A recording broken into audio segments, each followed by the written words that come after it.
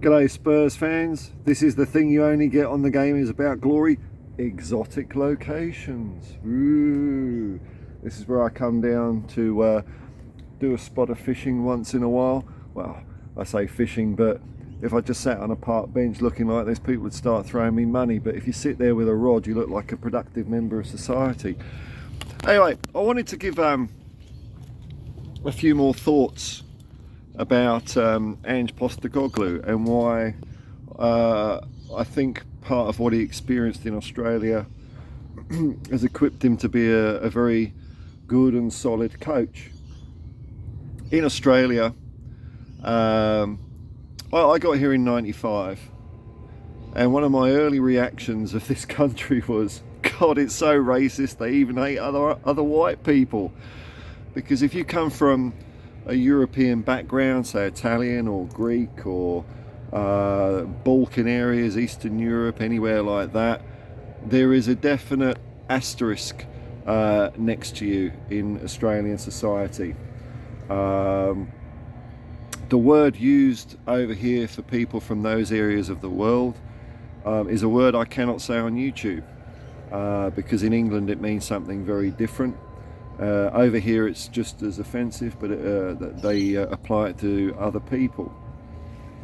The sport of football, or soccer as we call it here, and if anyone ever moans about me ever calling it soccer, I've got news for you. If someone walks past, it's the first time someone's walked past when I've done a video, I feel like a bit of a knob, but they've got headphones on, so we're all in our own little bubbles, we're all isolated from each other. What was I on about before I got distracted? Yeah, soccer. Up until the 50s it was called soccer in England because it's short for association football. So don't give me that. I've been here a while. Sometimes words slip, and I've changed. I'm Australian and English and Irish all at the same time. But football over here is really seen as the migrant sport. The club setup used to be, the professional, semi-professional setup over here used to be based around countries of birth or families of origin. So by the wider Anglosphere world that Australia has going for it, it was very much sneered upon. It had a real cringe towards it. The main sports over here would be rugby league, Australian rules, and cricket. Soccer would be a very distant fourth to those. There might be another couple of sports in between, who knows. So the professional setup here is very limited, but that doesn't mean that people weren't good at what they did. Australia qualified for the World Cup in 1974, and then a long old gap, and I think it's 2006 was it the next time. But football was definitely seen as a foreigners, dirty foreigners coming over here nicking our jobs kind of sport. It has never been well regarded by the press, and some of the administrators in the game of football have also kind of viewed it like that. It's they've kind of had, it's like they've got this idea or philosophy that because we're crap at it, we should play in a certain way. We should play pragmatic football. Just do what you can not to lose. And Ange Postecoglou was one of the guys that changed that. There were a couple before him, but Ange Postecoglou had to face all those barriers, especially when he was coaching the Australian national team and under all this pressure of having to play a certain way, and he refused to do it. He took what you would say would be on paper average players, made them play in his attacking system, and you know what? I think he put an awful lot of smiles on people's faces over here, and got people interested in football. The World Cup he took charge of, which I think was 2014. The World Cup prior to that, 2010, we took the pragmatic approach, and it was horrible. It was horrible football. We didn't win any games, and I don't think anyone was particularly proud of how we performed. It didn't ignite the coals in anyone's fires to fall in love with the game of football. But Ange stuck to his guns, and even though we didn't do as well in that World Cup, we played with such a sophisticated manner, with style and passion, that it really gained a lot of fans in this country. The story of football in this country, unfortunately, is one step forward, two steps back a lot of the time. So Ange had to grow up in a foreign land that, in many ways, and I don't want to sound dramatic over this or bleeding heart, but kind of as a second-class citizen, not third class or lower, because there are many in this country that are treated that way, which is disgraceful. But Europeans are definitely, even now, still frowned on. In fact, I was having a chat with a Greek mate the other day, and he says a common semi-slur he comes across is when he says his name and they say, "Oh, that's a continental name," meaning, you know, it's not Smith or Green or whatever. So it is still very much around today. So Ange would have had to rise above all of that. He had to rise above prejudice towards his background. And then when he got into the football machinery in Australia, he also had to fight the prevailing attitude that we're a football minnow, and football minnows play football in a certain way. And he was such a strong person that he didn't want to do that. And after he qualified for the 2018 World Cup, he resigned. He resigned as football manager of Australia and went off overseas to seek his fortune elsewhere. So when people question the amount of time he's been in the game and the lack of experience he's had to power his way all through that and when I say against the odds, we have had other good managers that could have possibly made it elsewhere in the world, but the ceiling was always there, and Ange is the first one that's been able to punch through that by sticking to his convictions and playing the game that he was brought up playing and being trained by Ange Postecoglou. You know, that's where a lot of this 4-3-3 comes from.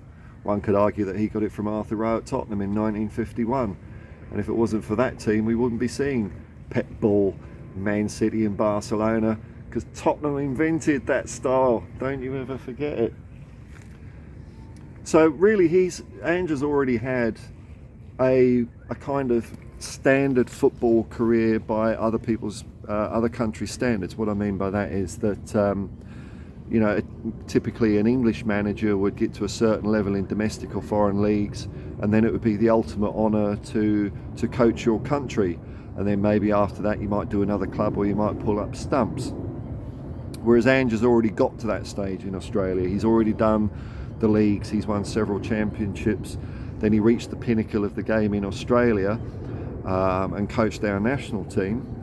And that's as high as you can go here. And by that age, he would have been, I think when he left Australia, he would have been 47. So still fairly young in managerial terms. Actually, no, that's not true. He was involved with the youth setup and Australia for a total of 11 years. So he left the Australian national team 2017, I think, maybe 2018. So really, he's had only 5 years in the outside footballing world where he's freed himself from the cultural cringe that both him and his game of choice faced in Australia. He's only had 5 years in the real world to make his mark. So for him to have done it so quickly, I think is an astonishing achievement. And this is what you're going to get from Ange. You're going to get no compromise. No compromise in any way, shape or form, and he'll live or die by that. You know, if things don't work out, he'll take it on the chin.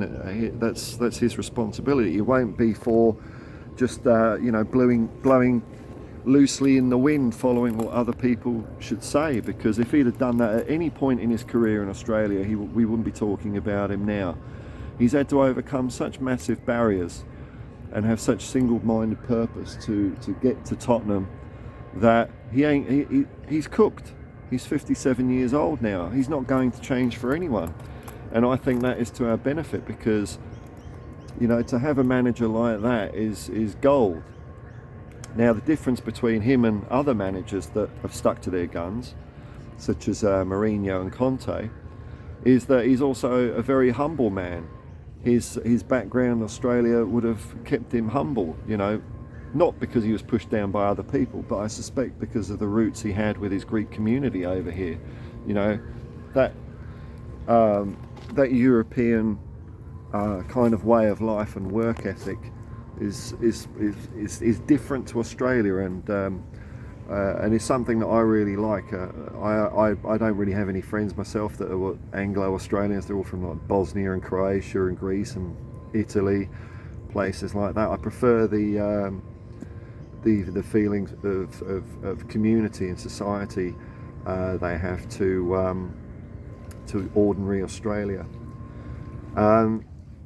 So he, by sticking to his guns, he's got this far. So I'm pretty sure, someone else walks past, I'm pretty sure that he's convinced that by sticking to his guns, he's going to have success at Tottenham. And he's going to give the club 100%. This is his life, man. This is what he's worked for. This is the chance he's worked for since he was a kid. And I've heard Celtic fans, on the whole, it looks like Celtic fans feel like they've just been dumped by El McPherson, because he did give them everything. He gave them passion. I've heard them being critical about the way he would, you know, pump the badge. But isn't that what you want from a manager? You don't want them to have anything in reserve. Some have said that perhaps he was just playing to the crowd, that he's a liar, he's full of shit. And I don't believe it for 1 second. I think for those 2 years while he was at Celtic, he got the club, he understood the club, and he was part of it. And he wanted to create something special for the fans in those moments. And part of that as a fan, I mean, isn't that something you want to see, a manager being so passionate about the club? It didn't come across as an act to me, it really didn't. I want to see that at Tottenham. I want to see a manager walk out and be proud of the cockerel standing on top of the football on their chest, proud of the rich history that we've got at club, you know, the firsts that we've achieved, the style of football that we've achieved, our fan base, diverse but all the same. You know, they're the things that I want to see a manager go for. I don't want to see a manager here that thinks they're doing us a favour. I want a manager who realises that they're in the presence of the enormity of Tottenham Hotspur Football Club, one of the greatest football clubs on the planet ever. And other fans might say something different, and you know what, I don't know if I can swear yet, I don't care what other fans say, because they're not important to me. It's only what Tottenham fans think and say that I pass any regard to. You know, all the talk about Harry Kane, has he not achieved anything? But that's other fans talking.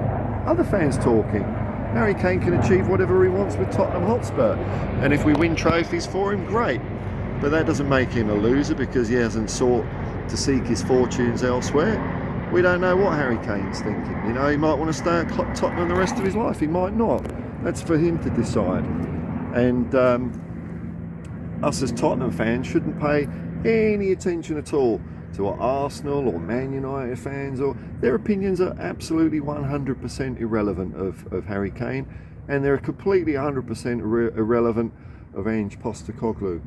I'm just so thankful that I think I'm going to see something special at Tottenham in the next 4 years. I really am.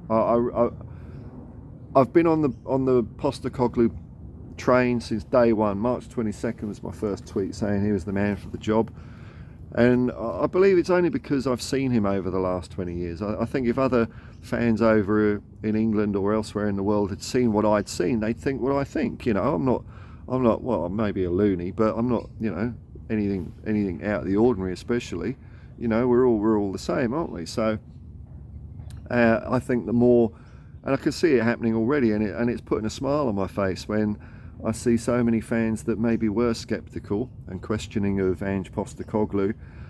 They're starting to read into him, they're starting to see him, they're starting to look at how his team's played, what he's achieved in the game, and they're getting excited, and rightfully so. Why not? Why not get a bit excited? It's better than Conte throwing all the players under the bus when it's his job to fix it.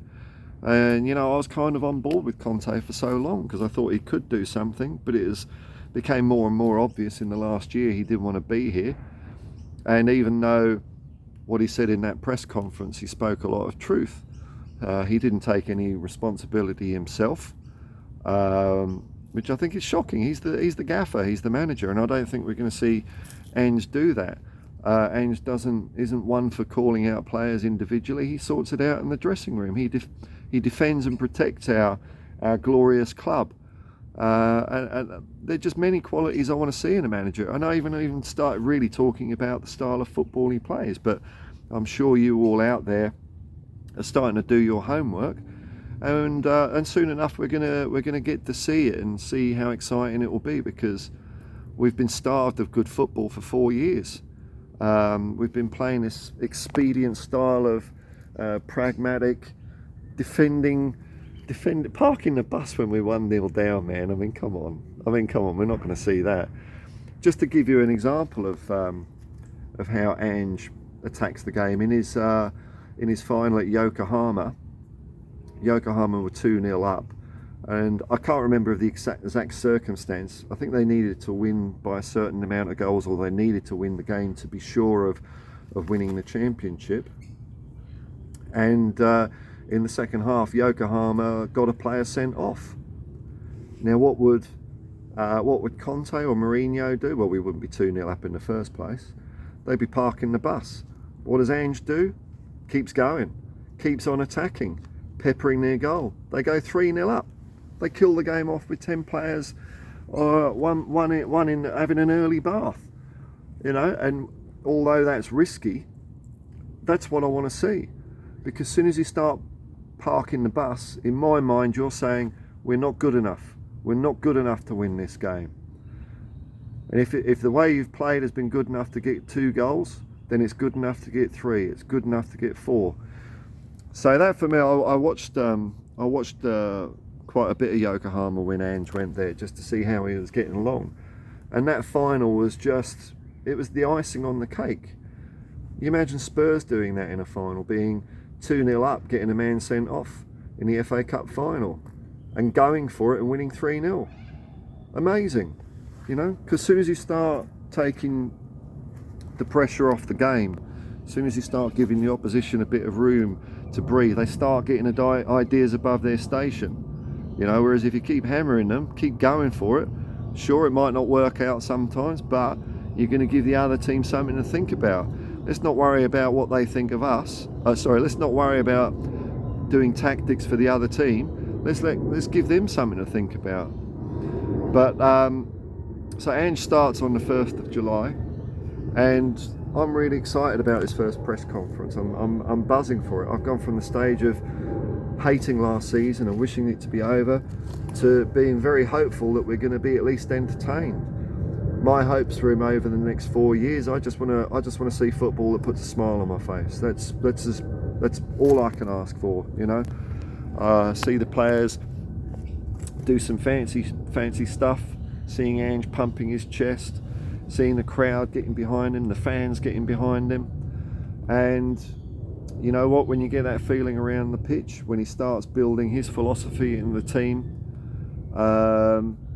I think within 4 years we won't be talking about top 4. I'm serious, and I might be a happy clapper, but I'm telling you, if Ange has his way, we're going to be in title chases proper.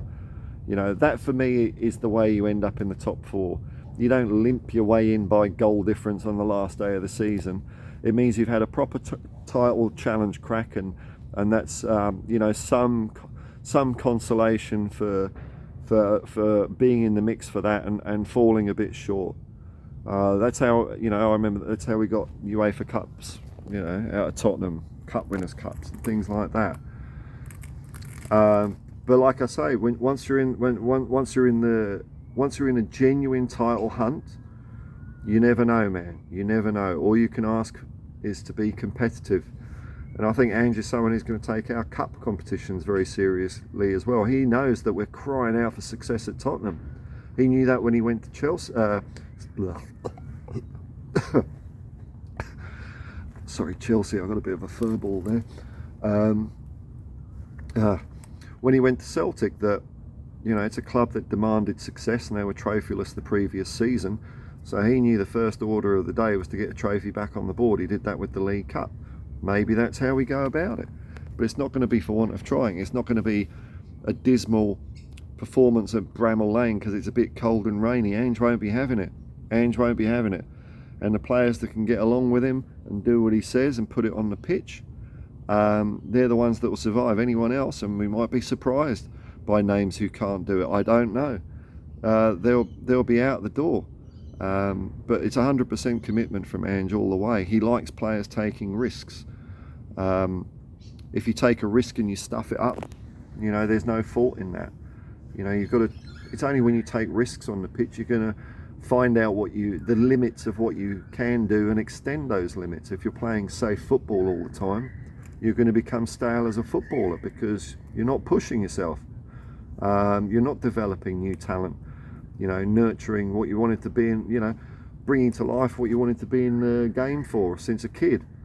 Ange is going to let players do that. He's going to let them express themselves. And sometimes that may not come off. But I tell you, man, when it does, it is the sweetest feeling on earth. Better than 100 counter-attacking goals. That one moment of specialness, it's going to set the ground on fire. And I'm really looking forward to it. So, there you go. In summary, Ange has had to go through a lot of adversity to get where he is, and he's not in the mood for stuffing it up. And if people aren't with him, they ain't with him, man. He's doing it his way, and I cannot wait to see it. Come on, you Spurs.